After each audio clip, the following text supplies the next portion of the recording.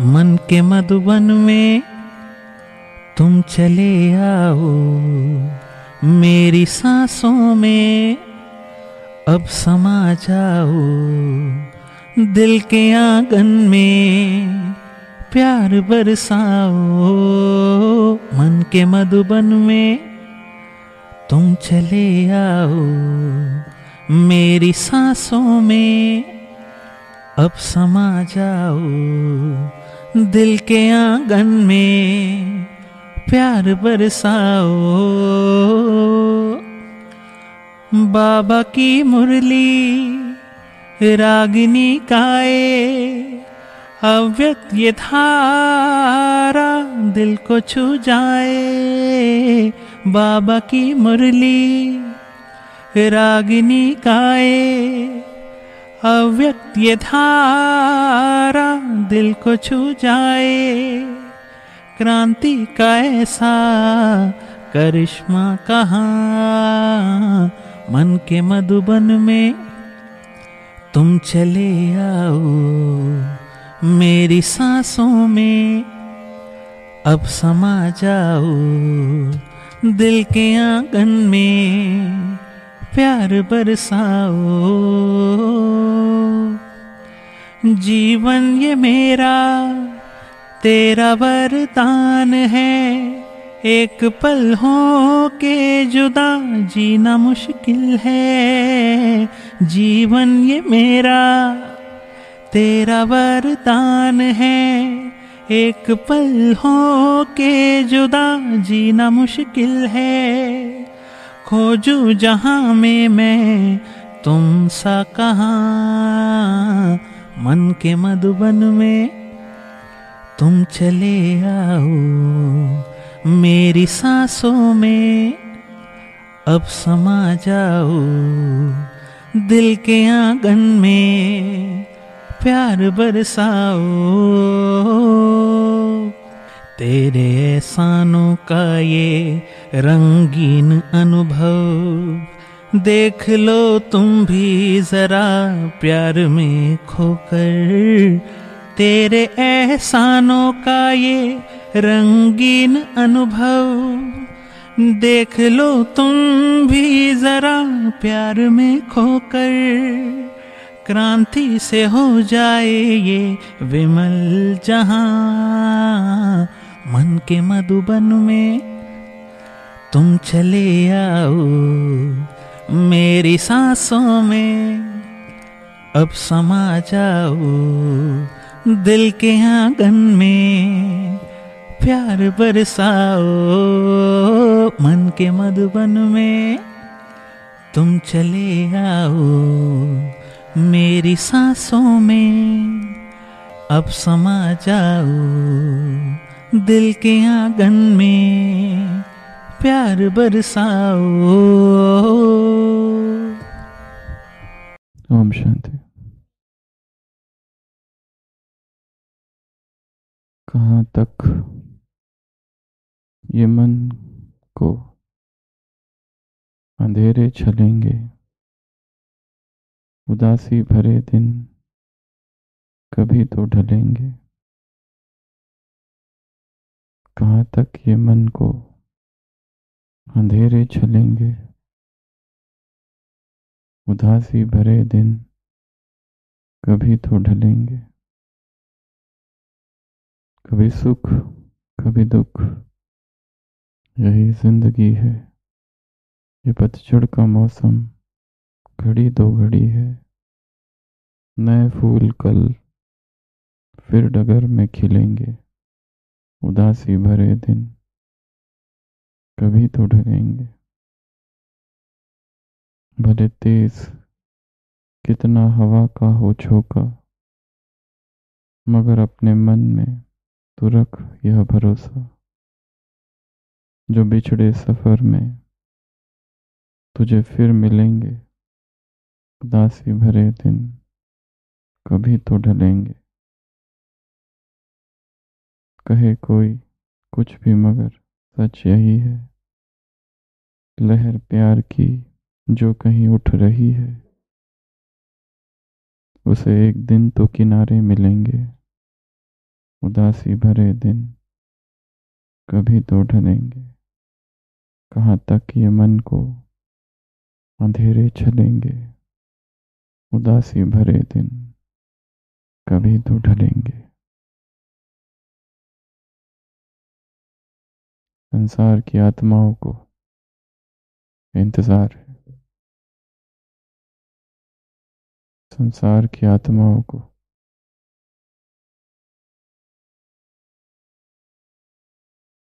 एक मसीहा चाहिए, एक अवतार, कोई ऐसा पुरुष, युग पुरुष, जो उनकी आध्यात्मिक चेतना को जगा दे, उनका उद्धार करे। क्योंकि आत्माएं नीचे गिरी हुई है, उनको उठाना है, उनके दुखों को, पीड़ा को हरने वाला कोई तारनहार,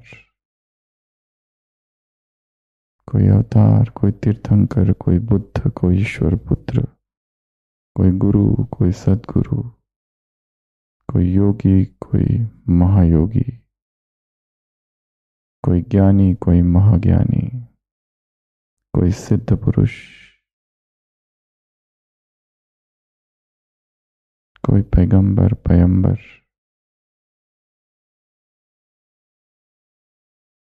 कोई धर्मगुरु आ जाए और हमको उठाए। क्योंकि अंधेरा बहुत गहरा है, अंधकूप महाभयान,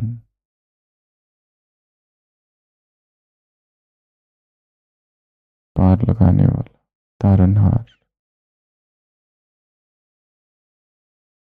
और बाबा ने कहा है, वो तारनहार तुम हो, वो उद्धार करने वाले तुम हो। अब तुम्हें कौन सी सेवा करनी है? रहम दिल बन, फरिश्ता बन, सकाश दो। अंतवाहक शरीर द्वारा सेवा, फरिश्ते स्वरूप द्वारा सेवा। एक तरफ वो पहले भगवान का आह्वान करते थे, अभी आह्वान कर रहे हैं भगवती का, शक्तियों का, शक्तियों का आह्वान, भगवती का आह्वान। जैसे साइंस वाले दूरबीन से दूर का देख लेते हैं, वैसे तुम दूर का देखोगे। जैसे इन आंखों से सब कुछ स्पष्ट दिखाई देता है, वैसे तुम इन आंखों से स्पष्ट सब दिखाई देंगे। जैसे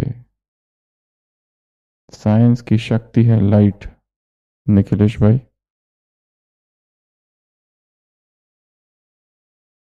साइलेंस की शक्ति है डिवाइन इनसाइट।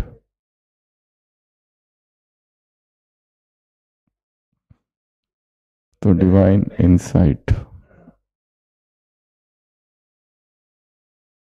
अंतर्दृष्टि, ये साइलेंस की शक्ति है।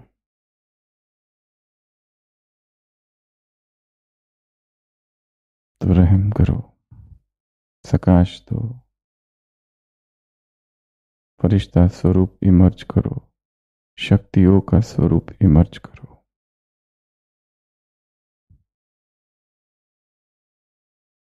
दुर्गा अर्थात शक्ति, लक्ष्मी अर्थात संपन्नता, धन, सरस्वती अर्थात ज्ञान, कला, काली अर्थात संहारी मूर्त,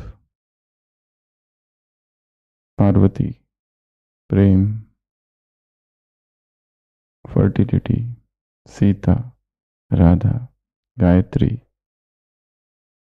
शक्ति, अन्नपूर्णा, महाकाली, भुवनेश्वरी, जगदम्बा, कामाक्षी, मीनाक्षी, चामुंडा, चिन्नमस्ता, गंगा, कात्यायनी, महालक्ष्मी, वैष्णवी, भैरवी, ललिता, मतंगी, नवदुर्गा, रति, सावित्री, वराही, अदिति, अहिल्या, अनसुया, आर्या, भगवती, भूमि देवी, दक्षिणा, धरा, गंगा, हरिति, कितने नाम हैं। कालिंद्री, महामाया, माहेश्वरी, मनसा, नारायणी, तुलसी, वज्रेश्वरी, राजराजेश्वरी, त्रिपुरा सुंदरी। भारत में भगवती कहा गया है, देवी कहा गया है।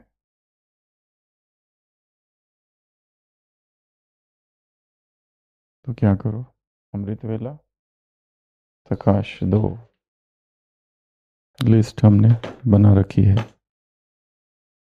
तो रोज अमृत वेला इसको बार बार चेक करना है। आज क्या बच गया, क्या छूट गया। सबसे पहले अपने शरीर से चालू करना है। प्यूरिटी की किरणें अपने शरीर को, 5 तत्वों को। दूसरा, सृष्टि में जाना है। आकाश, हवा, धरती में उतरना है। धरती, अग्नि, जल, 5 खंड, 5 महासागर, 5 प्रकार की संसार की आत्माएं। दुखी आत्माओं को इमर्ज करके देखना है। वो अनुभव करे कि हमें दिखाई दे रहा है। जैसे ब्रह्मा के लिए गायन है, लोगों को दूर बैठे ही साक्षात्कार हुआ, वैसे तुम्हारा भी साक्षात्कार होगा। तो उसकी प्रैक्टिस, साक्षात्कार ट्रेनिंग करनी है। उनको फील होगा, उनको अनुभव होगा। क्या अनुभव होगा? हमसे बात हुई, हमने देखा। एंजल्स का कितना गायन है। फरिश्ते आते हैं, मदद करके चले जाते हैं। उनको देवी का साक्षात्कार चाहिए।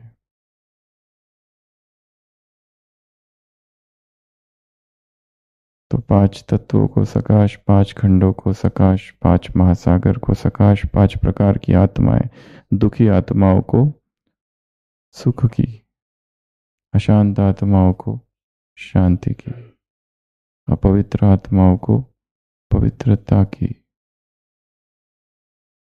जो आत्माएं अतृप्त है, प्यासी है, चाहे शरीर में या शरीर से बाहर, उनकी प्यास बुझानी है। और जो भटक रही है शरीर में और शरीर से बाहर, 2 प्रकार की है, दोनों।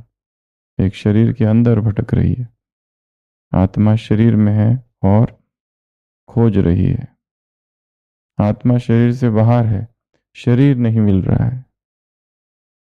2 आत्माओं को बड़ी मुश्किल से शरीर मिलता है।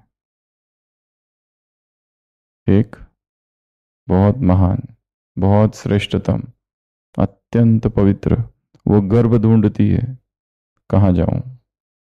और दूसरी जो निकृष्ट है, अत्यंत पापी, बहुत विकर्म की है, उनको बड़ी मुश्किल से मिलता है।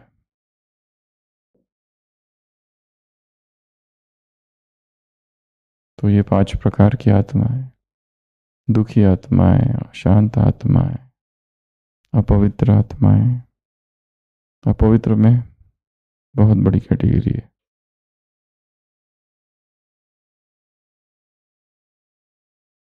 पांच प्रकार की आत्माएं। उसके बाद में 5 सत्ताएं।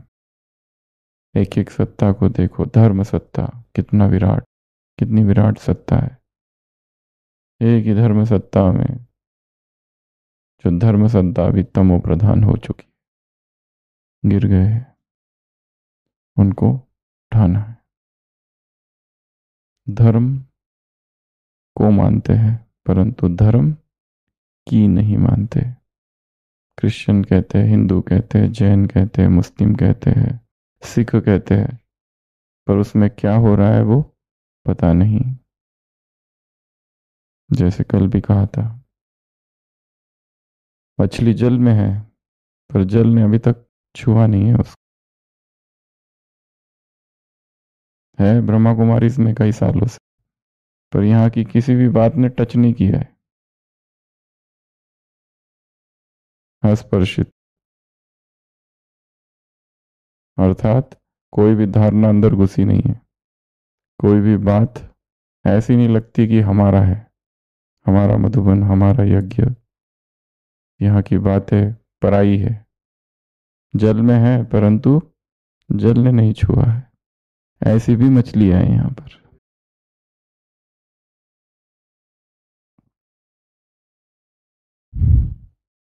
तो धर्म सत्ता, विज्ञान सत्ता, साइंस, तर्क, लॉजिक, रीजनिंग, प्रूफ, एविडेंस, ये सब चाहिए तो ही मानेंगे, नहीं तो नहीं।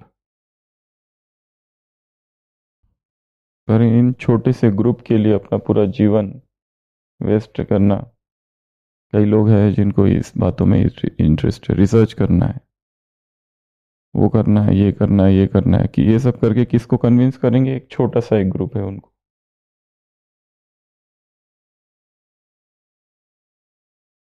पर वो करने के लिए पूरा जीवन देना पड़ेगा। पुरुषार्थ रह रहा है बाजू में, मुरलिया रह रही है बाजू में, और उसमें लगे हैं केवल, वो भी सेवा है, और जो करना चाहते कर सकते हैं, परंतु देखना यह है प्रायोरिटी क्या है। तो धर्म सत्ता, विज्ञान सत्ता, तीसरा राजसत्ता, चौथा प्रकृति की सत्ता, प्रकृति में जो कुछ है उस प्रकृति से जुड़ना। अगला लौकिक ज्ञान की सत्ता, उसमें भी वो 7 कैटेगरी सुनाई, applied science, mathematics, business, astrology, सारी बात।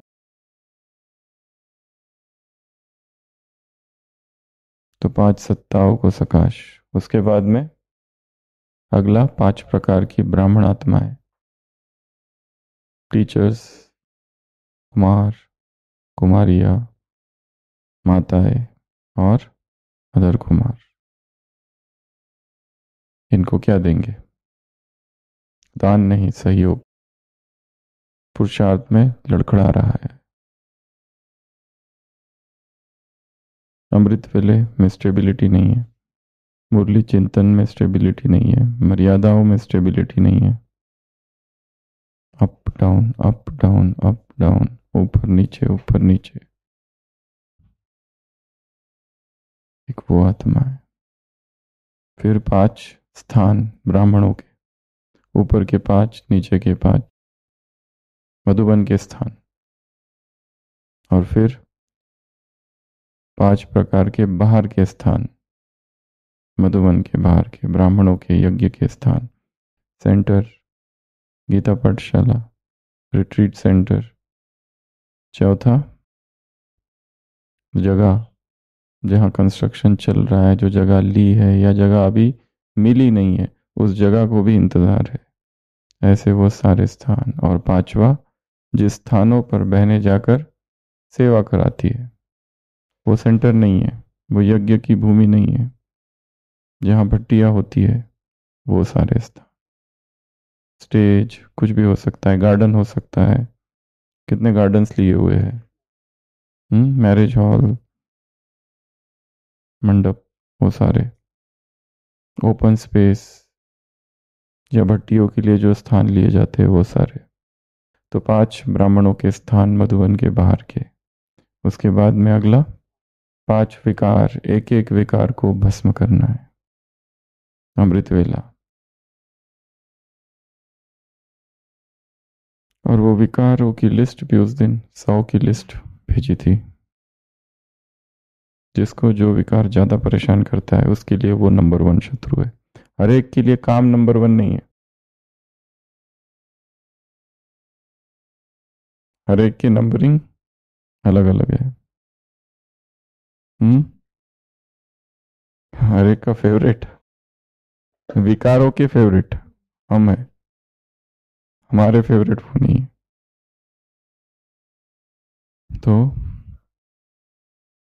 5 विकारों को भस्म करना। अगला क्या बचा?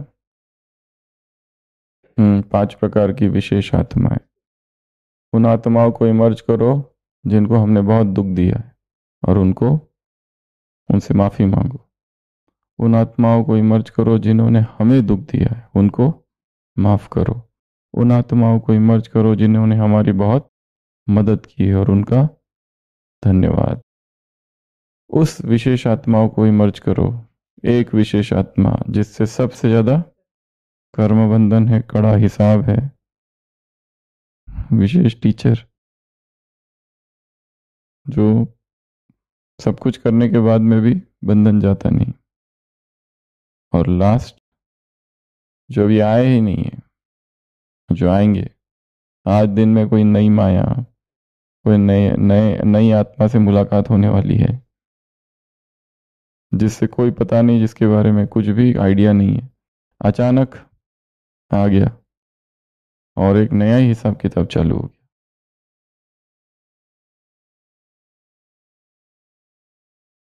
तो ये 5 प्रकार की विशेष आत्मा है। कौन सा बचा है?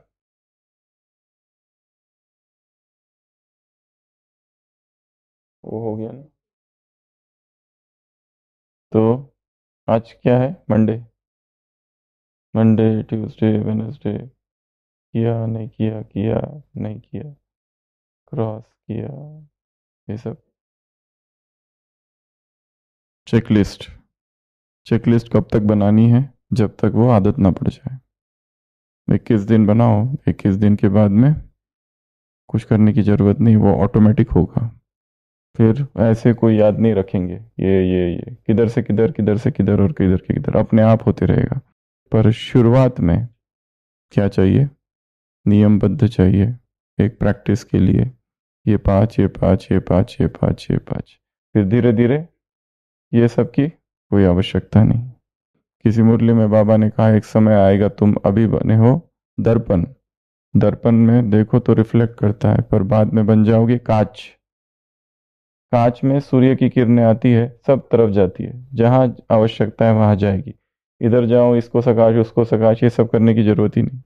तुम आत्मिक स्थिति में स्थित हो जाओ, अपने आप सकाश फैलेगी, जिधर जानी है उसको वो जाएगी, हमें कुछ नहीं करना पड़ेगा।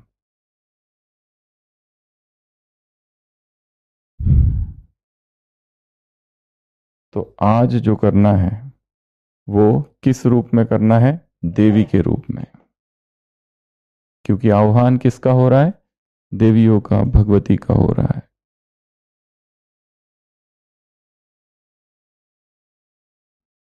भगवान का कम, देवियों का ज्यादा।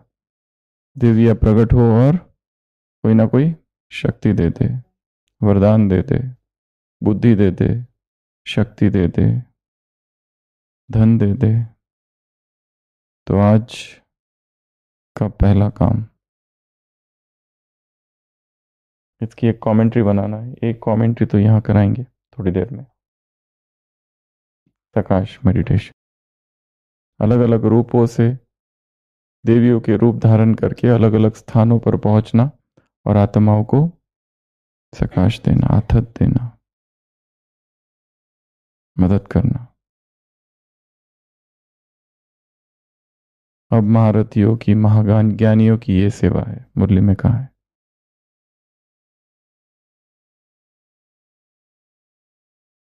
अंतवाहक शरीर, शक्तियों के रहम के संस्कार इमर्ज होने चाहिए।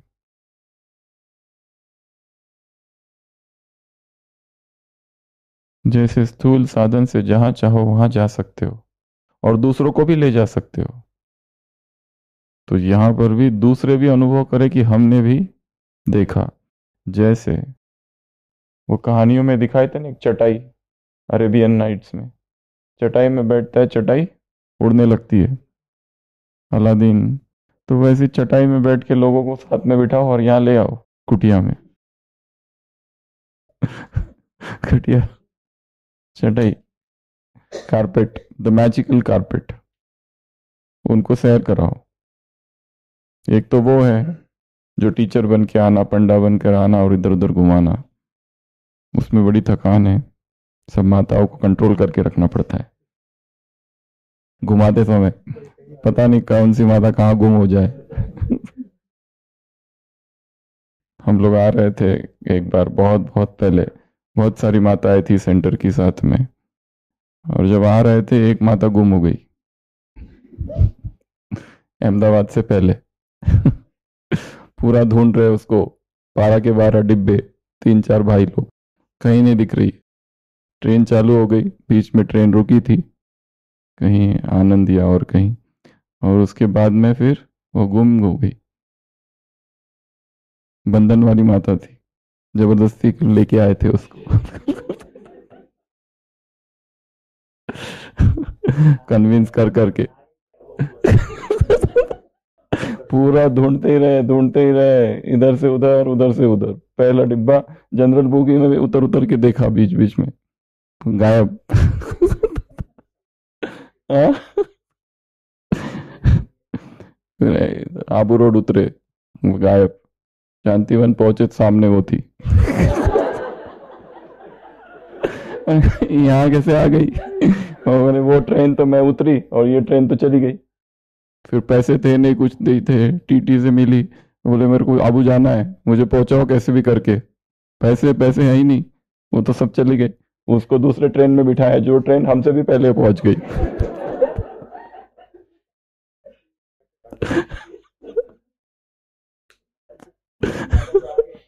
वहां पर सबकी धड़कनें बढ़ी हुई थी, कहीं नहीं। आबू रोड आ गया तब भी वो कहीं नहीं। वहां पर भी दूसरी भी ट्रेनों में ढूंढा, वहां पहुंचने के बाद कहीं पर भी नहीं। क्या करे? तो ये मेथड अच्छी है सकाश वाली, आत्माओं को बिठाओ और घुमाओ साथ में। इस मुरली में यही कहा है, जैसे स्थूल साधन द्वारा सैर करते हैं, वैसे ही जब चाहो जहां चाहो वहां का अनुभव कर सकते हो। ना सिर्फ इतना जो सिर्फ आपको अनुभव हो, लेकिन जहां आप पहुंचोगे उन्हों को भी अनुभव होगा कि आज जैसे प्रैक्टिकल मिलन हुआ।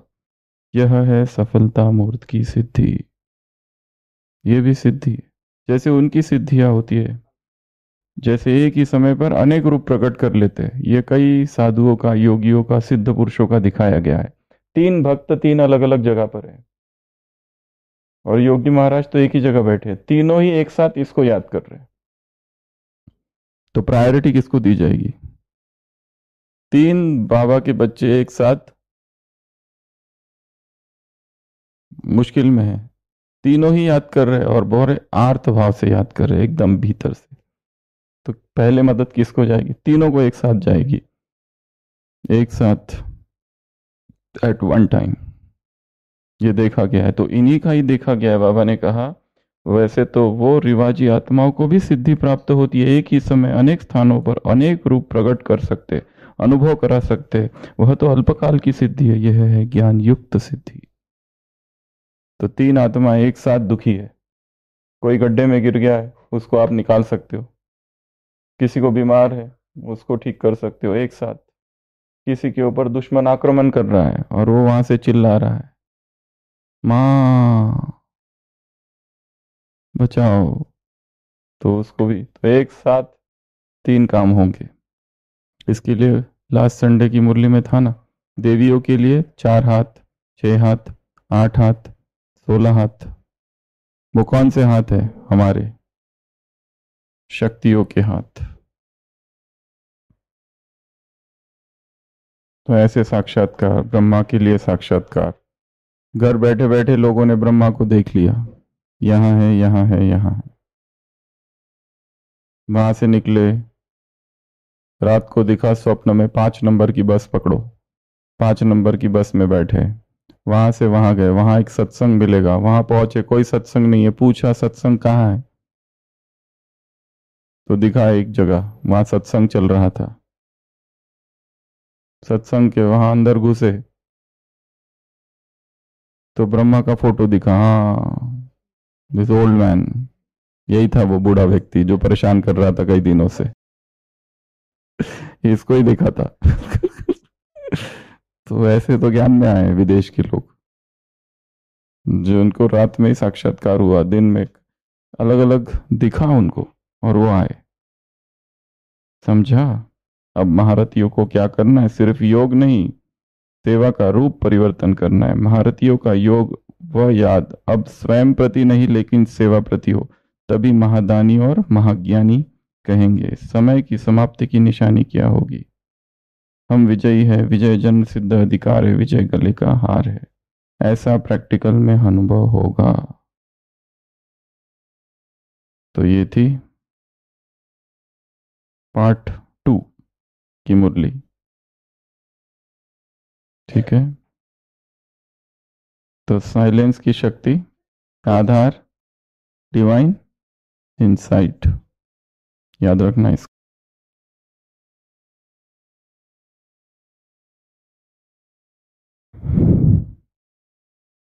दूसरी मुरली या पहली मुरली, उसमें 7 प्रश्न हैं। विजयी बनने के लिए कौन सी मुख्य धारणा की आवश्यकता है? बताओ। इसका नहीं, वैसे बताओ। विजयी बनने, विजयी अर्थात सक्सेस, क्या क्या चाहिए? सफलता प्राप्त करनी है कोई भी चीज में, चाहे मैराथन ही क्यों ना हो। क्या चाहिए?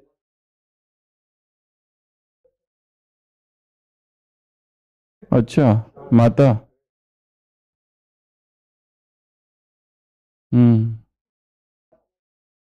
पीठ में बच्चा और एक हाथ में क्या? 2 बच्चा, अरे बाप रे।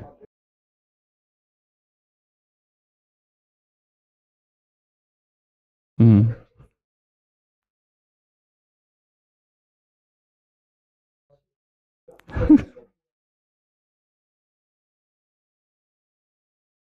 तो विजयी बनने के लिए क्या क्या चाहिए? गोल, प्लानिंग और सेल्फ कॉन्फिडेंस, और क्या बताया? Hard work, visualisation. विजुअलाइजेशन 70% और 30% ये सारी चीजें, ये सब विजुअलाइजेशन अर्थात मन की आंखों से देख लेना स्वयं को जीतते हुए। विजुअलाइजेशन, अफर्मेशंस, समान, ये सब 70% का काम करेगा, पर यही सब कुछ नहीं है। 30% और भी है, तो ये सारा 30% में। और क्या चाहिए? सफल होना है, ऑर्गेनाइज करना है खुद को, तैयारी बहुत अच्छी चाहिए, प्रैक्टिस। क्या चाहिए?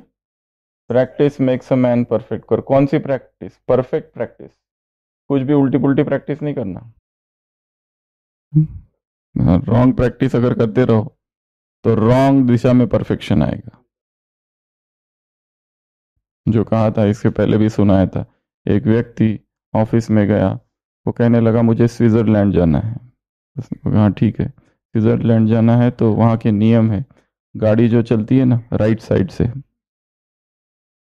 तो उसने कहा मुझे बुकिंग कर दो, स्विट्जरलैंड जाने के बाद वहाँ मुझे एक कार चाहिए, खरीदनी नहीं है, बुकिंग की, वो कार मैं उतने दिन 7 दिन यूज़ करूँगा। तो क्या उसको कहा कि एक बात याद रखना, उधर ड्राइविंग किस तरफ से होती है? राइट, इंडिया में होती है लेफ्ट। तो 1 हफ्ते के बाद वो पहुंचता है पूरा पट्टी विट्टी, घायल हुआ। तो ये क्या हुआ? बोलता मैं प्रैक्टिस कर रहा था। किधर? इंडिया में। किधर की?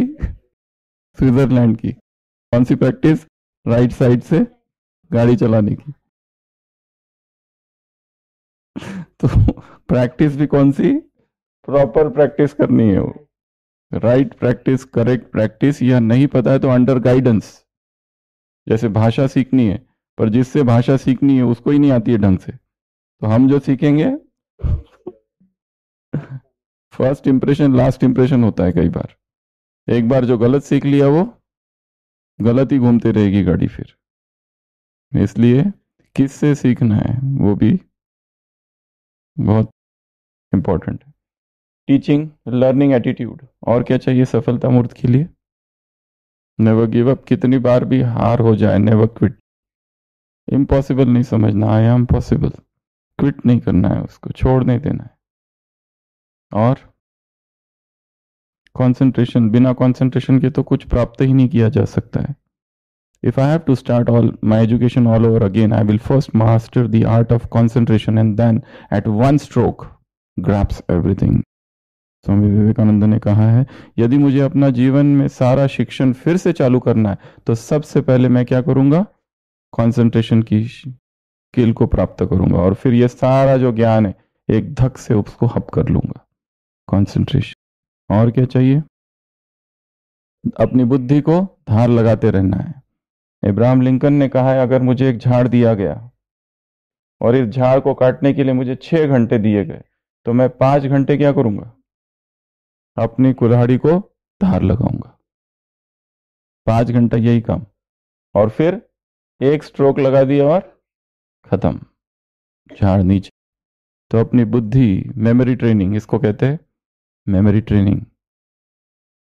अलग अलग टेक्निक्स है मेमोरी ट्रेनिंग, वो बहुत जरूरी है मुरली स्टडी में।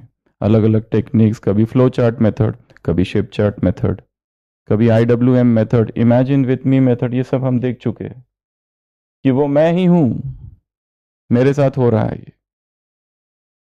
मेरे साथ हो रहा है, मेरे सामने हो रहा है, और मैं कर रहा हूं। ये 3 बातें IWM मेथड में। इतिहास की कोई भी स्टडी कर रहे हो, कुछ भी कर रहे हो, मोहम्मद गजनवी और पृथ्वीराज, तो सोचो वो पृथ्वीराज चौहान मैं हूं, मेरी लड़ाई है, तो याद रहेगी वो डेट कब हो रही है, तराइन का युद्ध, पहला युद्ध, दूसरा, कौन जीता, क्या जीता, इतिहास की डेट्स याद रखना, ये सब मेमोरी टेक्निक्स है उसमें। अल्फाबेट वाली मेथड, ABCD वाली मेथड्स, निमोनिक वाली मेथड, लोकेशन वाली मेथड, मेमोरी पैलेस की मेथड, ये सब टेक्निक्स है अलग अलग अलग अलग अलग। हैंगर्स की मेथड, अलग अलग अलग मेथड्स को यूज करो। रिवर्स रीडिंग की मेथड, उल्टा पढ़ना, निमोनिक्स और वो क्या कहते हैं उसको, एक्रोस्टिक्स की मेथड, कीवर्ड्स निकालने की मेथड, स्पीड रीडिंग की मेथड, फास्ट रीडिंग। किताब पढ़नी है, मुरली पढ़नी है, ऐसा नहीं एक ही मुरली लेके बैठो और शाम हो गई पढ़ते पढ़ते, फास्ट क्विक। इसलिए रीडर्स क्लब रोज रात को, शोर शराबे में साउंड प्रूफ रीडिंग की मेथड, डिस्टरबेंस में भी साउंड प्रूफ करके पढ़ो। मैराथन मुरली मेथड, ये भी हमने देखा था, एक म्यूजिक है उसका, वो मुरली म्यूजिक लगा के रखो, म्यूजिक बीच में स्टॉप होता है, उस समय पर 5 सेंसेस मेडिटेशन करो, अपने सेंसेस की तरफ ध्यान, फिर वापस मुरली में पढ़ना चालू करो, उसको कहते हैं मुरली मैराथन मेथड। ये सारा हमने फरवरी की या सिमरन क्रांति भट्टी में ये 30-40 अलग अलग मेथड्स देखी थी, तो उनको यूज करना सक्सेस के लिए। और सक्सेस के लिए क्या चाहिए, विजयी बनने के लिए knowledge, hard work, consistency, smart work, और सिंसियरिटी, डिटर्मिनेशन, कमिटमेंट, और यूनिटी, लव, उसके प्रति प्रेम चाहिए। जब तक teaching is not my profession, it is my passion, ऐसा कहा जाता। हर चीज को क्या बनाना है, अपना पैशन। आपका जो जॉब है चाहे लौकिक ही क्यों ना हो, पर वो क्या बन जाए, आपका पैशन, उसमें इंटरेस्ट है करने में, अच्छा लगता है वो करो, वो रिलैक्सेशन है एक, उसमें व्यक्ति डूबता है। जैसे साइंटिस्ट कैसा डूबा हुआ रहता है अपने रिसर्च में, कुछ याद रहता है उसको, भोजन की कुछ, सब कुछ भूला हुआ रहता। एब्सेंट माइंडेड प्रोफेसर्स, उनको ये भी नहीं याद रहता है कि सुबह दोपहर खाया था कि नहीं खाया था। अगर उनको पूछो ना, नाश्ता किया था कि नहीं किया था, याद ही नहीं, किया तो भी याद नहीं, नहीं किया तो भी याद। इतना एब्जॉर्ब्ड हो जाते हैं वो रिसर्च। और क्या चाहिए सफलता के लिए, फोकस ऑन द सॉल्यूशंस। तो विजयी बनने के लिए निखिलेश भाई किसकी आवश्यकता है, अलर्ट रहने की आवश्यकता है इस मुरली के आधार से, ठीक है, ये भूलना नहीं। दूसरा प्रश्न, 108 की माला और 16,000 की माला में आने के चिन्ह व निशानी क्या है। जो 108 वाले होंगे वो सदा विजयी होंगे, और 16,000 वाले वो कभी कभी। तीसरा प्रश्न, कौन सा लक्ष्य रखने से सदा विजयी बन सकते हैं। हम अभी के विजयी नहीं, कल्प कल्प अनेक बार के विजयी। तो आज क्या करना है, ये प्रश्न लिख के रख देने हैं, और फिर उत्तर नहीं लिखने हैं, केवल प्रश्न, 7 प्रश्न, और कल उन प्रश्नों को पढ़ना और याद करने की कोशिश करना क्या उत्तर है। रिकॉल मेथड, इसको कहते हैं इंस्टेंट रिकॉल। एक होता है इंस्टेंट रिकॉल, एक होता है, हमने 4 प्रकार की रिवीजन बताई। पहली रिवीजन कब करनी है? 24 घंटे के अंदर। दूसरी रिवीजन 1 हफ्ते के अंदर। तीसरी रिवीजन 1 मास के अंदर। चौथी रिवीजन 6 मास के अंदर। जब ये 6 मास ये चारों ही रिवीजन होंगी तो वो जो भी बात पढ़ोगे वो परमानेंट याद रहेगी, छप जाएगी। तो क्या है, कौन सा लक्ष्य रखेंगे? लक्ष्य है हम अभी के विजयी नहीं, कल्प कल्प अनेक बार के विजयी है। जो बात अनेक बार की जाती है वो तो स्वभाव संस्कार में स्वतः आ जाती है। जैसे आज की दुनिया में जो बात नहीं करनी चाहिए परंतु वह कर लेते हैं, तो कह देते हैं ना कि यह तो मेरे संस्कार बन गया है, ऑटोमेटिक हो जाए वो। तो ये रिवीजन करना भी क्या हो जाए, एक हैबिट, फोर्स ऑफ हैबिट। वो हैबिट हमको कराएगी फिर जबरदस्ती। जैसे कोई अफीम अगर किसी को पिलाई जाए, रोज अफीम की गोलियां, रोज उसको अगर चोट लगी, लोगों को लत कैसे लगाते हैं लोग, जैसे चोट लगी, बहुत दर्द हो रहा है, गांव का कोई व्यक्ति, उसको कहता है दर्द हो रहा है, दवाइयां ले ली डॉक्टर की, कोई फर्क नहीं पड़ रहा, ये लो अफीम की दवाइयां खाओ। वो अफीम खाता है, तुरंत दर्द खत्म। दिन भर ऐसा रखता है, सोते रहो सोते रहो, कुछ काम करने की इच्छा नहीं होती है। किसी गांव को गुलाम बनाना है तो क्या किया जाए, वहां के लोगों को अफीम बांटी जाती है, पर ये बोल के नहीं कि अफीम है या नशा है। उनको धीरे धीरे डिपेंडेंट बनाया जाता है।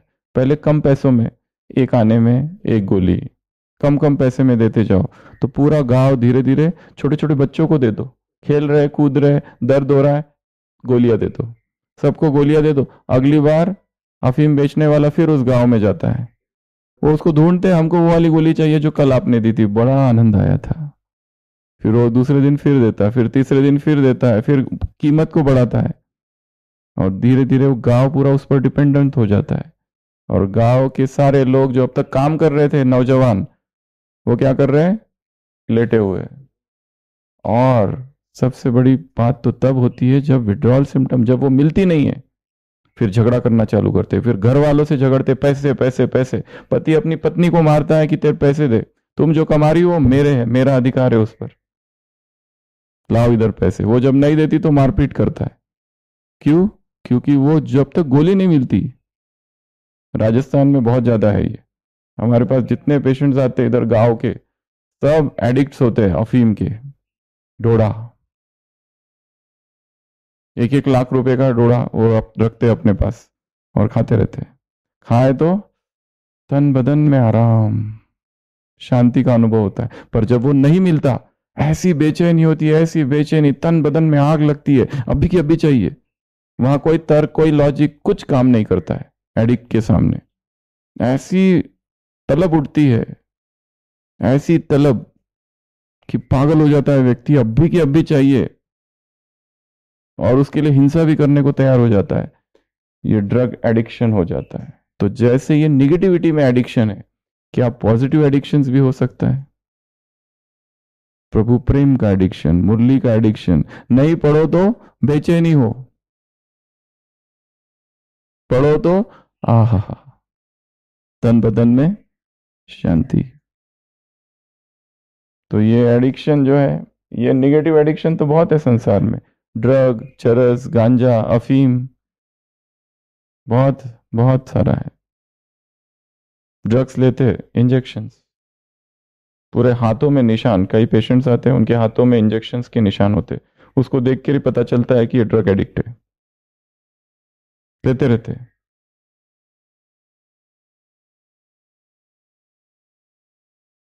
किसी भी देश को यदि गुलाम बनाना है तो आक्रमण उसके चरित्र पर करना होता है, ऐसा कहा जाता है। और भारत जब जब गुलाम बना, आक्रमणकारियों ने यही सब हथकंडे, पैतरे यूज किए। भारत में पहले गुरुकुल सिस्टम था, वो डिस्ट्रॉय करके यहाँ स्कूल सिस्टम आया, जहाँ कंपटीशन ही कंपटीशन है। व्यक्ति पूरा पोस्ट ग्रेजुएट करके निकलता है पर आता उसको कुछ भी नहीं उसका। एमबीबीएस करके निकलता है, उसको कुछ आता है क्या? वो बाद में सीखता है सब, जब पेशेंट देखता है तब धीरे धीरे धीरे धीरे सीखता है। कई सारा हमारा एजुकेशन ऐसा है कि उसमें बहुत सारे प्रॉब्लम्स है, फॉल्ट है। मैकुलाय ने अपने स्पीच 1835 के स्पीच कई बार क्लास में सुनाया है, बताया है। 1835 का स्पीच है मैकुलाय का, जो कि गवर्नर था शायद भारत में, जब विदेशी ईस्ट इंडिया कंपनी आ चुकी थी, फैल रही थी धीरे धीरे धीरे। प्लासी का युद्ध हो चुका था 1759 में, और फिर ईस्ट इंडिया कंपनी बढ़ रही थी। मैकुलाय ने कहा है, I have roamed across the length and breadth of this country and I have not found a single beggar on the streets of India. वो लिखता है कि मैं भारत के कोने कोने में घूमा। कब? 1835 में। मुझे कहीं पर भी एक गरीब इंसान नहीं मिला, इतना संपन्न ये देश है। और यदि हमें भारत को गुलाम बनाना है तो हमें उसके चरित्र, उसकी जो रीढ़ की हड्डी है, उसको उस पर आक्रमण करना होगा, तो ही हम इसको गुलाम बना सकते हैं। उसका एजुकेशन सिस्टम है, ये जो गुरुकुल सिस्टम है, इसको डिस्ट्रॉय करके नया सिस्टम बनाएंगे ताकि ये सारे हमारे अंडर हो जाए। तो ये एडिक्शन, ये सब ऐसे काम करता है, नशा, ये सारा। तो अगर निगेटिव एडिक्शन है तो वैसे क्या हो जाए, पॉजिटिव एडिक्शन भी बन सकता। मुरली का एडिक्शन, योग का एडिक्शन। एक अगला प्रश्न वही है, याद वाला। तो कौन सा लक्ष्य रखेंगे कि हम ही विजयी थे, हम ही विजयी है। चौथा प्रश्न, व्यर्थ को समर्थ में बनाने की तेज मशीनरी कौन सी है? तो मशीनरी है बुद्धि को पावरफुल बनाना। जब बुद्धि का पावर हाउस से कनेक्शन होगा तब हमारी बुद्धि शक्तिशाली कब बनेगी? पावर हाउस से उसका कनेक्शन होते ही बुद्धि बहुत पावरफुल बन जाएगी, करंट मिलेगी फिर उसको। यह कनेक्शन टूटता है, लेकिन टूटता नहीं, लेकिन लूज जरूर हो जाता।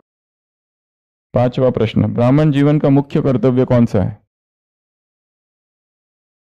याद नहीं, वैसे बताओ। मुरली में नहीं, मुख्य कर्तव्य तो बहुत सारे हैं, बहुत सारे कर्तव्य है। बचे हुए कर्तव्य भी की एक लिस्ट पिछली बार होमवर्क था। जैसे मिश्री मिठास का रूप होती है, वैसे याद स्वरूप ऐसे हो जाओ जो याद हो ना सके। अगर बाप की याद छोड़ी तो बाकी रहा ही क्या। जैसे आत्मा शरीर से निकल जाती है तो क्या हो जाता है, मुर्दा। वैसे याद भी अगर निकल जाए तो क्या बन जाओगे, मुर्दा। तो याद ही क्या है, फाउंडेशन। मेडिटेशन, योग, याद, और ये भी सहज हो जाए। अगला छठवां प्रश्न, दिल्ली यमुना के किनारे पर यमुना किनारे का गायन क्या है? जैसे अब साकार रूप में जैसे यमुना किनारे निवास करते, वैसे बुद्धि योग द्वारा स्वयं को इस देह और देह की पुरानी दुनिया की स्मृति से किनारा किया हुआ अनुभव करते हो। कलियुगी संगम युगी अर्थात कलियुगी दुनिया से किनारा कर देना। ये कलयुग, हम संगम युग। ये अलग है, हम अलग है। दुनिया वाले जो कर रहे हैं वो हम नहीं कर सकते, दुनिया वाले जो देख रहे हैं हम नहीं देख सकते, दुनिया वाले जो सोच रहे वो हम नहीं सोच सकते, दुनिया वाले जो खा रहे हैं वो हम नहीं खा सकते। ये अलग, ये अलग, इनका तो लक्ष्य ही अलग है। How can we compare? सातवां प्रश्न, दशहरे पर सभी रावण का दाह संस्कार करते, लेकिन अब आपको क्या करना है? रावणपन के संस्कार का संस्कार करो।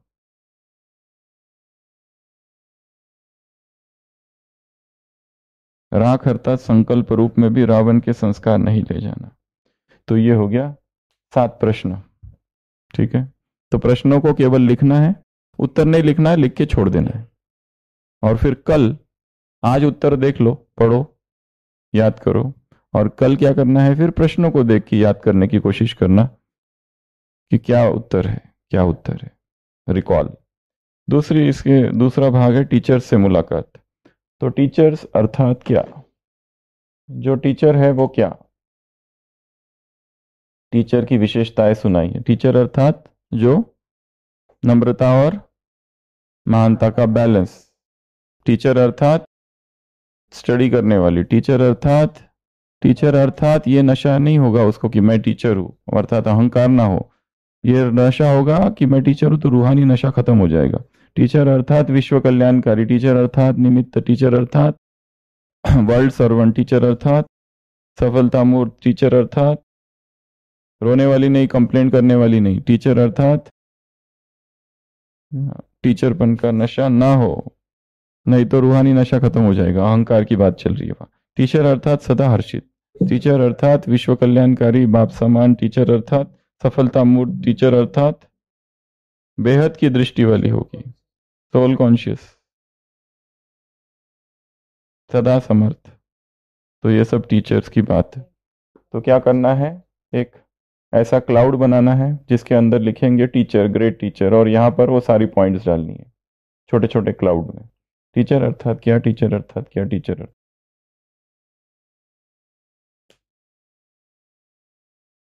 तो अभी सभी अलर्ट बैठेंगे, 2-3 मिनट एक मेडिटेशन करेंगे अलग अलग रूपों का।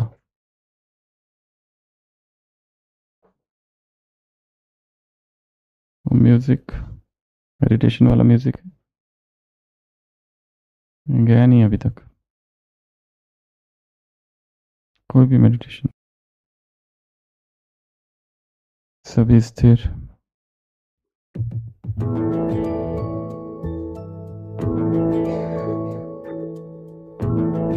ये गीत नहीं, मेडिटेशन म्यूजिक, कोई भी दूसरा होगा।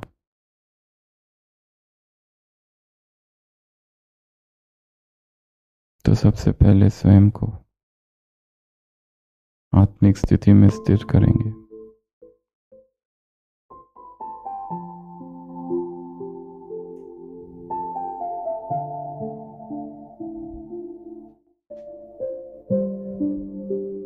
शरीर स्थिर, शरीर की सारी हलचल समाप्त।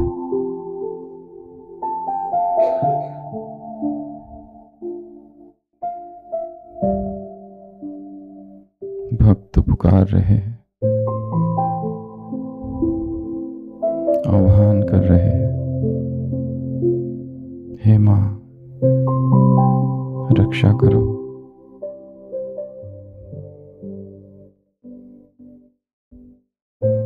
कुछ समय के लिए अपनी आंखें बंद कर लेंगे।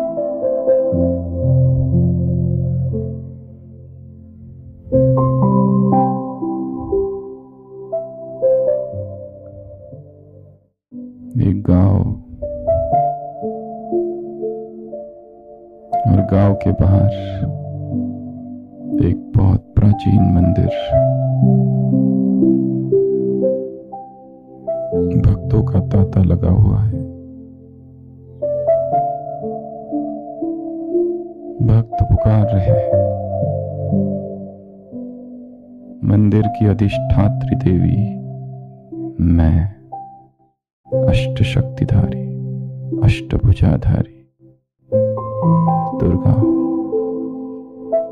अपने आप को दुर्गा स्वरूप में देखेंगे।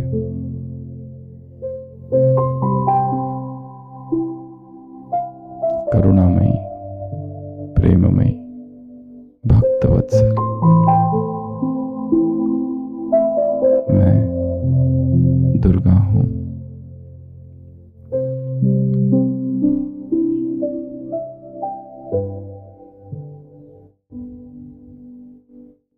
अब चलो एक तीर्थ स्थान की ओर। नदी बह रही है और नदी के तट पर एक दूसरा मंदिर है, महाकाली। भक्त गुणगान कर रहे हैं, जय माता दी।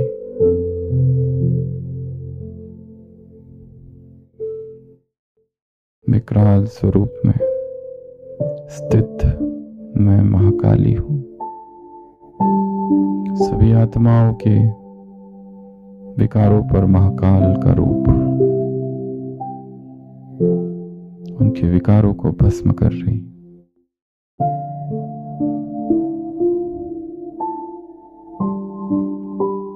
अब पहुंच जाओ एक स्कूल के प्रांगण में। सुबह का समय है, सभी छात्र आंगन में खड़े हैं। भव्य प्रांगण, करबद्ध सुबह की प्रार्थना हो रही है। विद्या की देवी मैं, श्वेत वस्त्रधारिणी वीणा वादिनी मां सरस्वती हूं।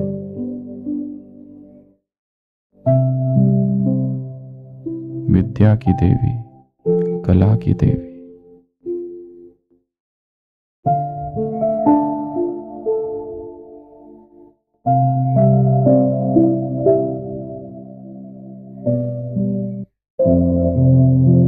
एक गांव है। गांव के लोग बहुत गरीब हैं, परंतु भक्तिभाव और प्रेम से भरे हैं। दिवाली का त्योहार है।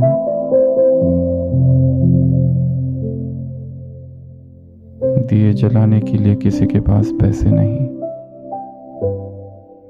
और अचानक मैं महालक्ष्मी स्वरूप धारण कर संध्या काल में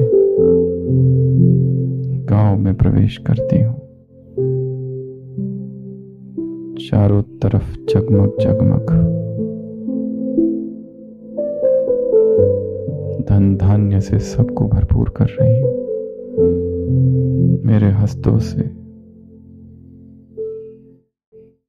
सोने चांदी सिक्के नीचे गिर रहे हैं। संपूर्ण गांव धनवान हो रहा है।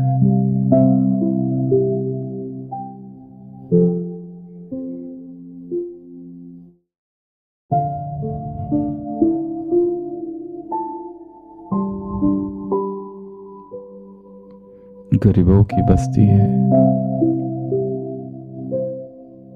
कई दिनों से बच्चों ने खाना नहीं खाया है, भूखे मर रहे हैं। देवी का आह्वान हो रहा है और मैं अक्षय अन्नपूर्णा मां के रूप में प्रकट हो रही हूँ। सभी आत्माओं को भरपेट भोजन खिला रही। मैं मां अन्नपूर्णा हूं।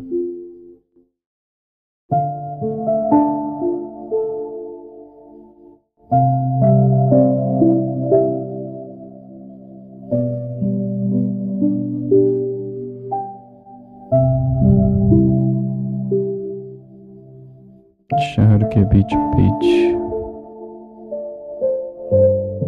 मंदिर है जगदम्बा का। जगत जननी जगत माता मैं हूं। मेरे वरदानी हस्त भक्तों को वरदान दे रहे हैं। मैं मां जगदम्बा हूं। दूर पहाड़ों पर स्थित एक मंदिर, सरकरा रास्ता, परंतु ऊंची चट्टानों पर बने उस मंदिर में भी बहुत आकर्षण। जागृत देवी, दूर दूर से भक्त आत्माएं आ रही है, प्यासी आत्माएं आ रही है। मैं मां वैष्णो देवी मैं हूं।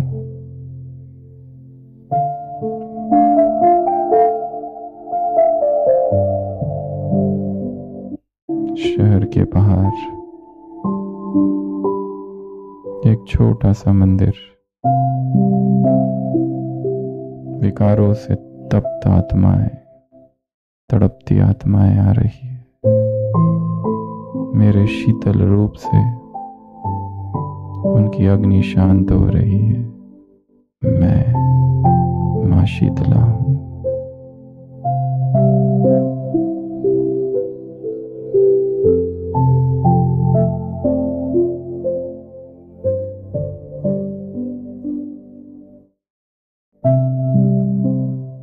संसारी लोग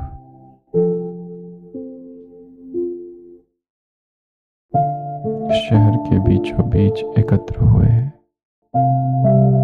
संतोषी मां का त्योहार है। सभी असंतोष और दुखी दुख से भरे हैं। मैं मां संतोषी हूं। अपने उस स्वरूप में स्थित हो जाएंगे।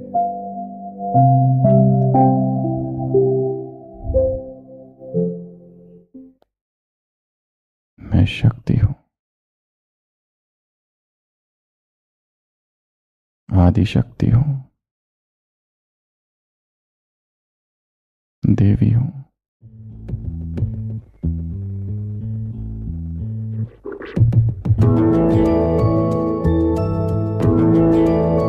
निर्भय हूं।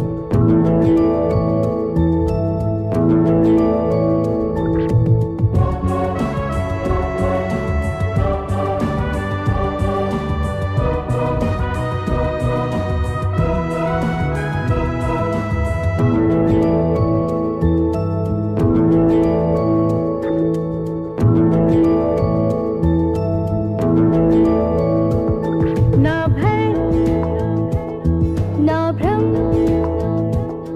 लाएंगे हम परिवर्तन।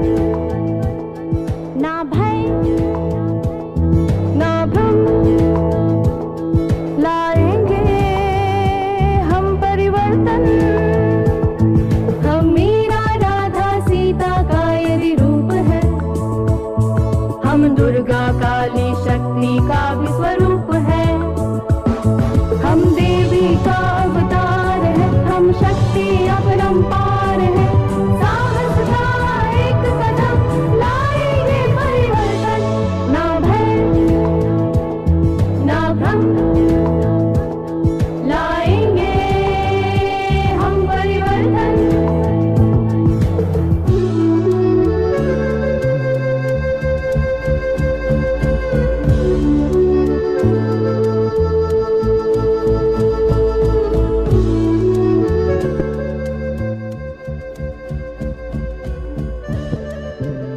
डेट फिक्स्ड है, उसको चेंज नहीं किया जा सकता। प्रोग्राम बन चुका है। 21 तारीख को भर्ती पूरी होगी, 22 और 23 2 दिन रिवीजन होगा। 24 तारीख को एग्ज़ाम होगी। 25 तारीख को एग्ज़ाम जो एग्ज़ाम हुई उसके आंसर्स का रिवीजन होगा। और 26 से 31 तक 6 दिन की एक भट्टी होगी जिसमें 1976 की सारी मुरलियां कवर हो जाएगी। 77 की और 78 की नई भट्टी चालू होगी 1 अगस्त से। और वो जो बीच की जो भट्टी होगी, हम यहाँ नहीं रहेंगे उस समय, तो भाई बहनें कराएंगे। और जो नई भट्टी होगी वो 1 तारीख से चालू होगी 78 की। 77 की छोटी, उस पर कोई टेस्ट नहीं होगी, तो रोज रोज जो टेस्ट दे रहे उसके बाद में थोड़ा सा रिलैक्स, बीच का पीरियड है, नो टेस्ट, ठीक है।